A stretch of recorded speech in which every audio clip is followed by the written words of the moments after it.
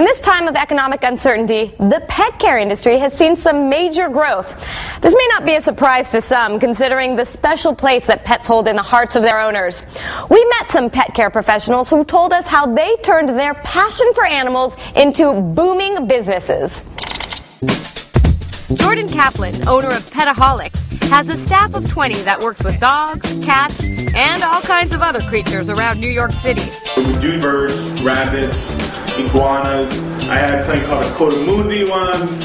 All kinds of things. You'll be surprised what people have as pets.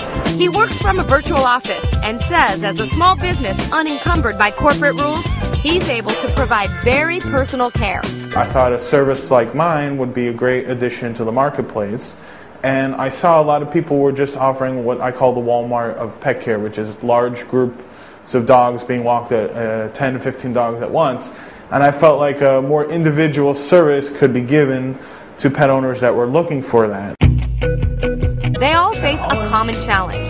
Caring for pets requires a dogged determination. There's a preconception this is fun, easy, and glamorous.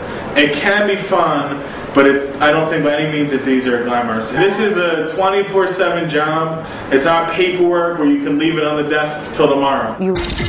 Alfred Edmond and Jean Marks are back with us again. All right, I love how the guy was like, people think this is glamorous. That did not look glamorous to me. Fun, yes, not glamorous. Can I just make a quick joke? It's a rough business, right? It is. Get it? Rough as in barking and roughing. Got it. That's why I'm not a comedian. Anyhow, it's interesting, though, because even as the economy dipped, pet business did okay.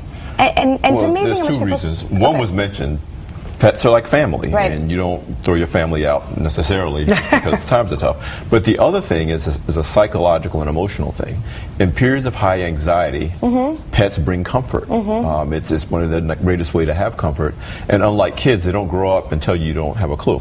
Right. They stay kind of kids even as they get older. The other thing I thought was so interesting was how many ways you could get into this. So we had a franchisor, we had a franchisee, we had two standalone people. One who seemed like, he was really doing a one-to-one, another guy who had a business, but You can, and it's funny, I did a column on somebody guy that runs a gas station, another guy that runs a dry cleaners, and just these people that are running their pet businesses, and whatever angle that you take, if you do a good job and you're committed to it and you're into it, recession or not, it doesn't have to be pretty, it doesn't have to be sexy, you can make money at doing it. And those people that were all profiled, they were successful because they were into what they were doing, and they gave it 100%. And they were giving a personal service. I mean, what's so interesting also about this is it is so much about the personal service. Well, you're caring for living things. Right. I mean, this is not a car or, your landscaping.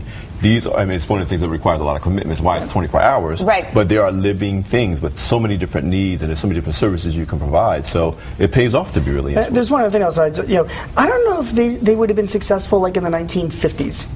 Times There's change. an obsession with pets, certainly. Generations change, and these guys saw this is the opportunity, and they went for it. So I give them a lot of credit about that. Again, if you're going to start up a business or operate a business, the timing's got to be right as well. And I think they're in the right timing. Absolutely. A booming business.